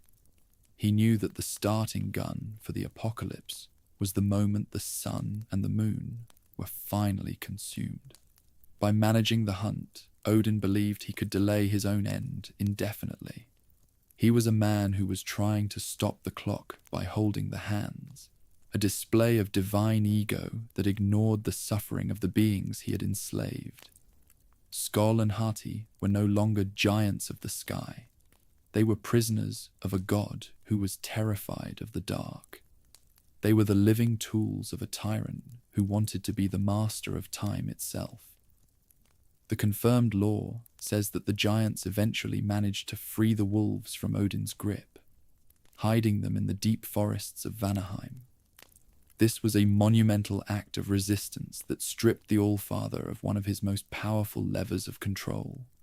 The giants used their magic to create a sanctuary where Skoll and Hati could live in peace, away from the hunger and the chains of Asgard. They wanted the wolves to be ready for the moment when the prophecy required their intervention. Gia the twins became the guardians of the celestial balance, waiting in the shadows for the signal that it was time to finish the hunt they had started at the beginning of the world. The specific role the wolves played in the prophecy was triggered by Atreus during the events of Ragnarok. The boy used his ability to communicate with the giants to signal to Skoll and Hati that the time for the final chase had arrived. He shot an arrow into the sky that broke the lingering magic of Odin, releasing the wolves to finally catch the sun and the moon. This wasn't an act of destruction, but an act of liberation. It allowed the natural order to resume, even if that order led to the end of the world. Atreus was the one who gave the wolves their agency back, a choice that proved he was the leader the giants had always been waiting for. When the wolves caught their prey, the sky over the 9 realms changed forever. The cycle of day and night was broken, and the long winter of Fimbulwinter began its final cataclysmic phase. It was the signal to the rest of the cosmos that the reign of the Aesir was reaching its conclusion. Skoll and Hati had finally completed their destiny, a task that had been their only purpose since the time of the Ginnungagap. They were the giants of the heavens, and their victory was the sound of a clock finally being allowed to tick again. They had broken the Allfather's cage and restored the rhythm of the universe, a legacy that was written in the stars. The story of the wolves is a reminder that the giants were a part of every layer of existence. They weren't just people in the mountains. They were the forces that kept the world moving. By capturing them, Odin had tried to freeze the universe in a state of permanent obedience. By freeing them, the giants had ensured that the world could finally move toward its next beginning. Skoll and Hati were the final guardians of the celestial light, and their hunt was the fire that cleared the way for a new world. They were the Jötnar of the sky, and they were the ones who made sure that the sun finally set on the age of the gods. Part 20. Hreysvelgr at the edge of the world. Hreysvelgr was an ancient giant who chose to express her nature in the form of a massive feathered eagle, a being of such scale that she sat at the very edge of the world. Her home was on the highest peak overlooking the frozen realm of Helheim, a position that gave her a view of the afterlife and the flow of souls. She wasn't interested in the wars of the living or the politics of the mountain. She was a god of the wind and the silence. By flapping her wings, she created the icy gusts that blew across all the 9 realms, a biological function that was the primary source of the weather in the Norse cosmos. She was the breath of the world, a giant who had become a part of the atmospheric order. Her existence confirmed that the giants were beings of infinite potential, capable of becoming almost anything if their nature was allowed to reach its fullest form. Hraesvelgr didn't have a throne or a crown, yet her influence was felt in every breeze and every storm. She was an ancient being who predated most of the Aesir's meddling, a relic of the time when the giants were the only masters of the elements. When she watched the arrival of the dead in Helheim with a clinical indifference, seeing the end of life as just another shift in the wind. She was a being of pure, unmanaged power, a giant who had found her purpose in the simple act of existing at the edge of the void. The relationship between Hraesvelgr and the realm of Helheim was one of mutual respect. The ruler of the dead allowed the giant to remain on her peak, because the wind she created was a vital part of the realm's defense. The icy gusts kept the souls from escaping and the living from entering, a barrier that even the gods found difficult to breach. Hraesvelgr wasn't a servant of the dead. She was a partner in the maintenance of the balance. She provided the cold that made Helheim a place of finality, ensuring that the stories of the living always reached a quiet conclusion. She was the master of the air, and she was the one who held the door. Kratos encountered Hraesvelgr during his first visit to Helheim, a meeting that was marked by a sense of immense, quiet scale. The Spartans saw a being that was larger than any mountain, a creature whose every movement changed the temperature of the air. He realized that the giant was more than just a monster. She was a force of nature that existed beyond the reach of his blades. He didn't try to fight her, as he understood that killing the bird would be like killing the wind. He simply acknowledged her presence and moved on, a rare moment of respect for a being that didn't follow the rules of the gods.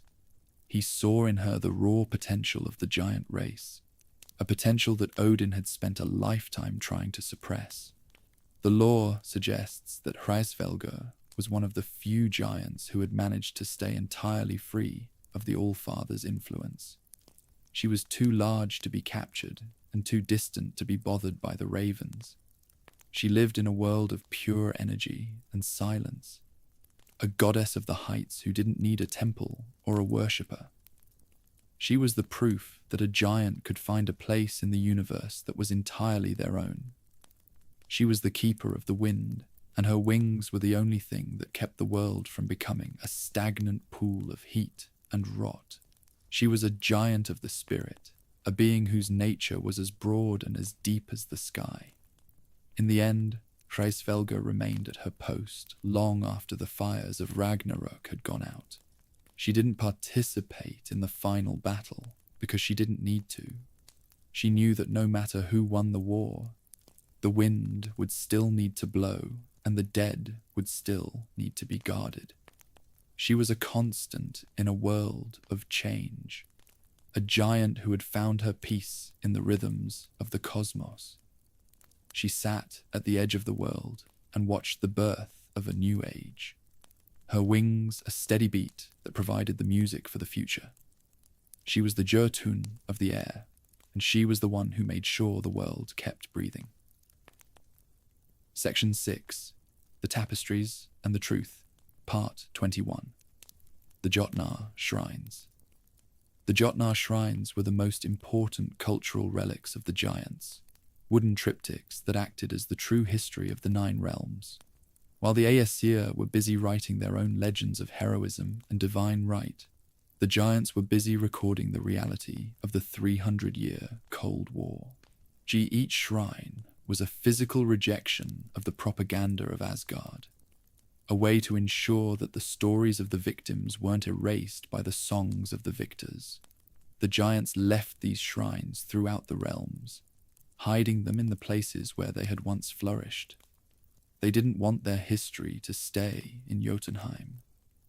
They wanted it to be found by anyone with the courage to look for the truth.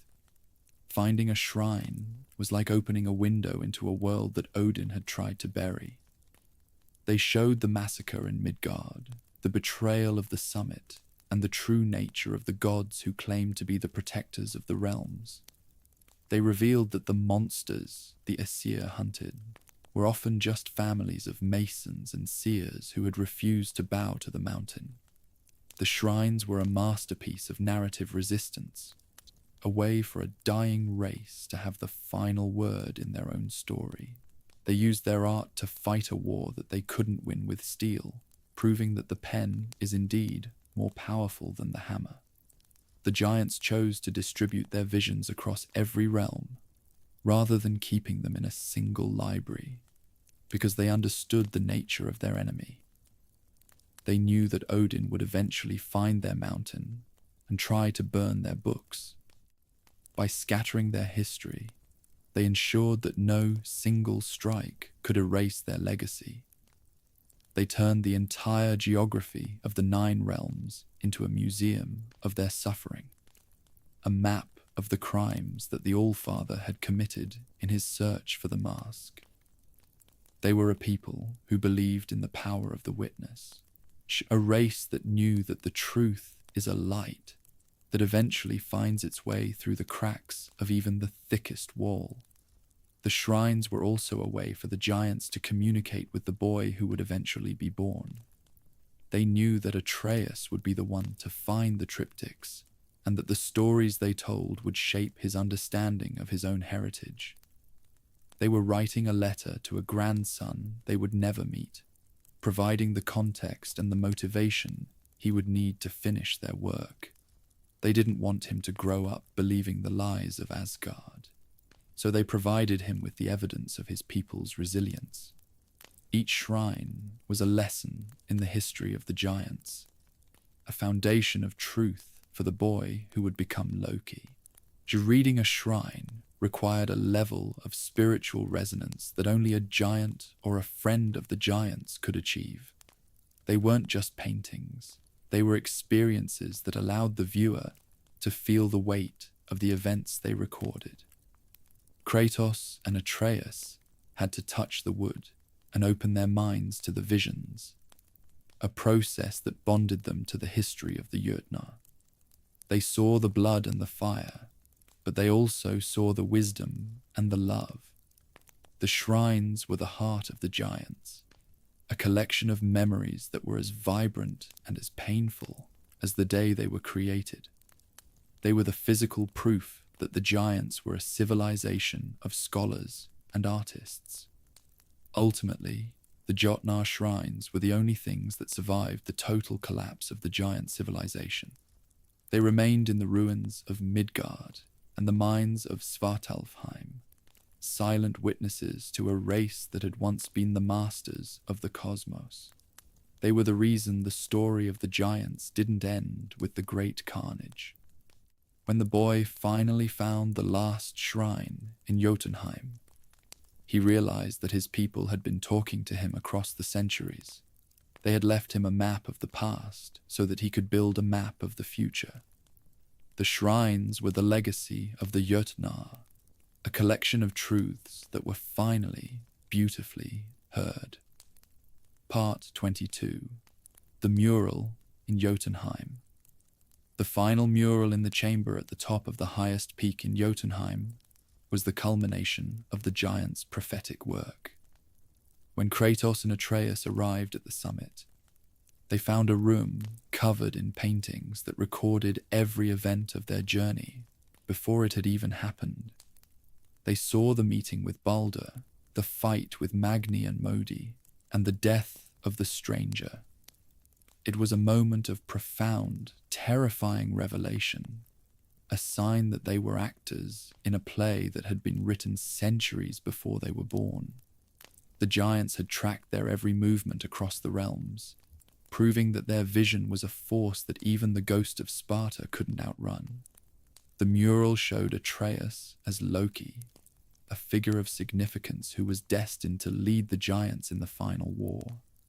It portrayed the boy as the bridge between the worlds, the one who would hold the soul of the mountain in his hands. This was the moment Atreus finally understood the weight of his name and the depth of his heritage. He saw that his entire life had been a preparation for this specific destination. The giants had spent an age waiting for him, recording his story so that he would have the strength to fulfill it. He wasn't just a boy in a forest. He was the hope of a dying race, a being whose every choice had been predicted by the ancestors. One of the most controversial parts of the mural was a panel that hinted at the death of Kratos. It showed the Spartan lying in the arms of his son, his spirit leaving his body while the world burned around them. For Kratos, this was the ultimate challenge to his desire for a new life. He saw that the cycle of the son killing the father was still a part of the prophecy, a shadow that followed him even into the Norse world. He had spent his life trying to escape the violence of his past. And now he was being told that his future ended in the same way. It was a test of his resolve, a question that he had to answer with his own actions. The lore tells us that Kratos eventually broke the prophecy through his personal growth and his choice to prioritize peace over revenge. He realized that the mural wasn't a script, but a warning of what would happen if he didn't change his nature. By choosing to be a protector and a father rather than a soldier, he diverted the thread of fate into a new and unknown direction. He proved that even the foresight of the giants wasn't absolute, and that a man's will is a force that can override the stars. He didn't die on the mountain. He lived to see a world that was finally free of the gods. He was the only being who had ever truly beaten the giants at their own game. The missing panel that Faye destroyed before her death was confirmed to have shown a different ending for Kratos. She had seen a future where her husband became a hero who was loved by the people, a god who was a guardian rather than a killer. She didn't want him to see that future too early, as she knew he had to find it on his own. She destroyed the panel to ensure that his journey was one of genuine discovery rather than simple obedience to a prophecy. She was a wife who wanted her husband to be a free man, even if that meant keeping one final secret from him. She knew that the truth was something he had to earn. The mural in Jötunheim was the final word of the giants to their children. It was a record of their trust in the Spartan and their hope for the boy. They had seen the end of the world, and they had seen the birth of a new one, and they had recorded it all in the stone of their mountain. The chamber was a sanctuary of truth, a place where the history of the universe was finally made clear. Kratos and Atreus left the peak with a new understanding of their role in the cosmos, a father and a son who were finally ready to write their own story. The mural was finished, but the journey was just beginning. Part 23. What the giants knew about Kratos. The giants knew exactly who Kratos was, long before he ever crossed the borders into the Norse realms. They had tracked his journey from the ruins of Greece, watching as a foreign god-killer destroyed an entire pantheon through pure, unadulterated rage. They saw in him a force of nature that was completely beyond the control of the Aesir, a variable that didn't follow the rules of the local prophecies. They realized that a being who had already ended one age of gods was the only one with the muscle the giants lacked to finish the war against Odin.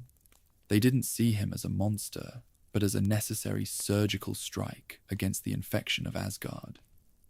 The shrines dedicated to Farbauti, the name the giants gave to Kratos, showed their deep respect for the Spartan's strength and his potential for change. They didn't just record his violence, They recorded his journey toward fatherhood. They saw that the only way to beat a god like Odin, who lived for information and control, was to introduce a being who was driven by something the Allfather couldn't understand: a father's love. They knew that if Kratos could be steered toward the protection of his son, he would become a shield that no hammer could break. They were the ones who had invited the ghost of Sparta into their world, a calculation that was the foundation of their final plan. Faye chose Kratos specifically because she saw the flicker of a soul that was still worth saving. She knew that his history of betrayal by his own father made him the perfect candidate to understand the crimes of the Aesir. She spent her life with him, not just as a wife, but as a recruiter for a war he didn't even know he was in. She knew that his presence in Midgard would be the catalyst for the end of the world, and she accepted that price to ensure the survival of her people's spirit. She was a guardian who had looked across the cosmos and found the only man who could say no to a god and make it stick. The giants understood that Kratos was the only one who could provide the physical protection that Faye and Atreus needed to reach the mountain. They saw him as the wall that would keep the Aesir at bay, while the boy learned the lessons of the seers. They knew that his blades would be the ones to spill the blood of the trackers, and that his strength would be the one to carry the ashes. They didn't expect him to lead the war. They expected him to be the protector. He was the crucible in which the future of the giants was being forged, a man who was being tested by every step of the journey. What it meant that a race of prophets had chosen the ghost of Sparta was that they had abandoned the hope for a peaceful solution. So they realized that Odin wouldn't stop until he owned the future, and they decided that the only way to stop him was to introduce a being of pure, unbridled destruction. They were willing to risk the end of the Nine Realms to ensure the end of the Allfather's tyranny.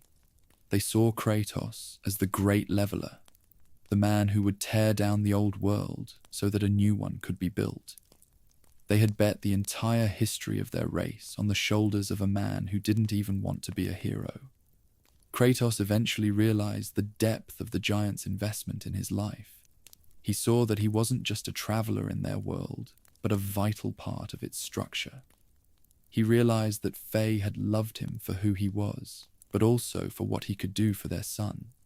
This understanding was the final step in his transformation into a Norse god. He accepted the role the giants had written for him, not out of obedience, but out of a genuine desire to protect the legacy of the woman he loved. He was the god-killer who had become a guardian, a transformation that was the greatest victory the giants ever achieved. Section 7. The Legacy, Part 24. Atreus as Loki, the last of two worlds. Atreus was the bridge that the giants had been building since the time of Bergelmir.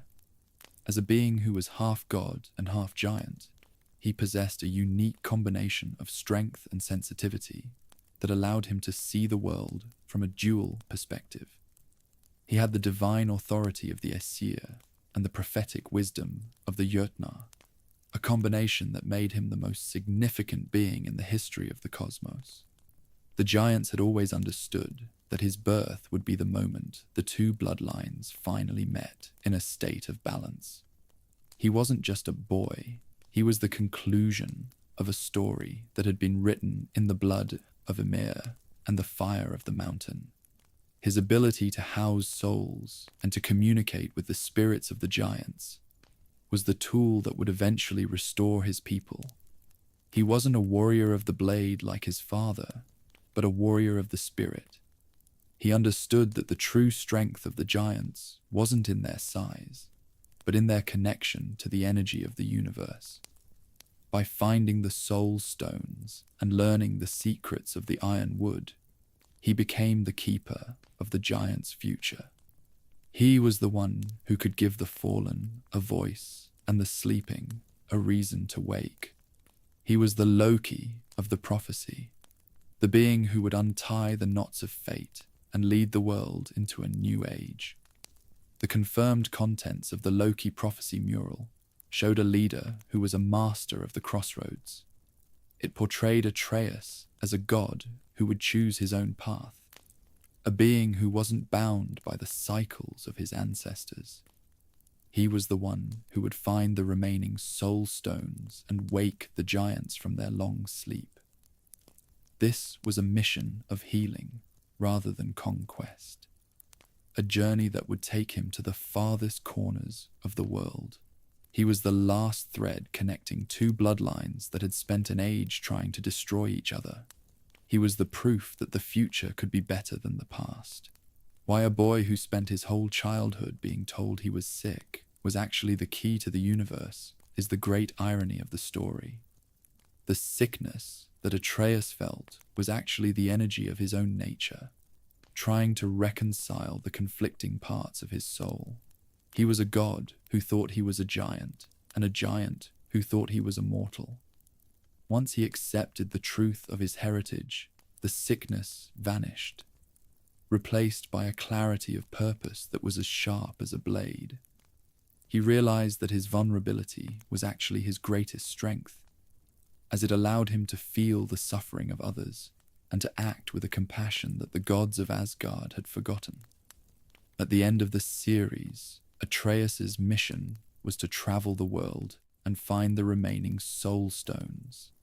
He left his father and his home to become the wandering god of the giants, a choice that was the final act of his coming of age. He wasn't running away from his family. He was moving toward his destiny. He carried the marbles in his pocket and the wisdom of his mother in his heart. A young man who was ready to be the architect of his own story. He was the last of the Jötnar and the first of the new gods, a being who belonged to two worlds and was the master of both. The legacy of Atreus as Loki is a story of a boy who became a man by embracing the parts of himself that others tried to hide. He was the one who finished the plan of Faye and the one who broke the cage of Odin. He was the bridge that the giants had dreamed of, a being who could look at the dark and see the light of the future. He was the son of a Spartan and the child of a guardian, and he was the one who ensured that the giants would always have a place in the 9 realms. He was the end of the beginning and the beginning of the end, and his journey was the final victory for the people of Jötunheim. Part 25. The Giants after Ragnarok. What happened to Jötunheim after the destruction of Asgard was a transition from a realm of mourning to a realm of potential. With the Allfather gone and the curse of the mountain broken, the stone giants and the spirits of the iron wood were finally free to exist without the fear of the hammer. The realm didn't return to its former glory overnight, but it became a sanctuary for the survivors of the war. Angerboda and the other giants who had remained in the shadows inherited a world that was empty, but finally their own. They were the caretakers of a memory that was starting to turn into a future, a race that was learning how to live in the light for the first time in centuries. The surviving giants didn't return in mass, whereas most of their physical bodies had already turned to stone. But their souls remained, stored in the stones that Atreus was busy collecting across the 9 realms. The legacy of the Jötnar was no longer a physical kingdom of walls and cities, but a spiritual movement of individuals who were scattered across the cosmos. They were a people who existed in the hearts of the survivors, a culture that was being carried by a boy and a girl in a colorful forest. They had moved beyond the need for a territory, finding their home in the freedom of their own spirits. They were the giants of the future, a race that was no longer bound by the geography of a single realm. The confirmed ending of God of War Ragnarok showed that the near extinction of the giants was never truly permanent. While the old world had ended, the spirits of the Jötnar were still there, waiting for the right moment to find a new form. Atreus's journey to find the soul stones was the first step in a process of rebirth that would take centuries to complete.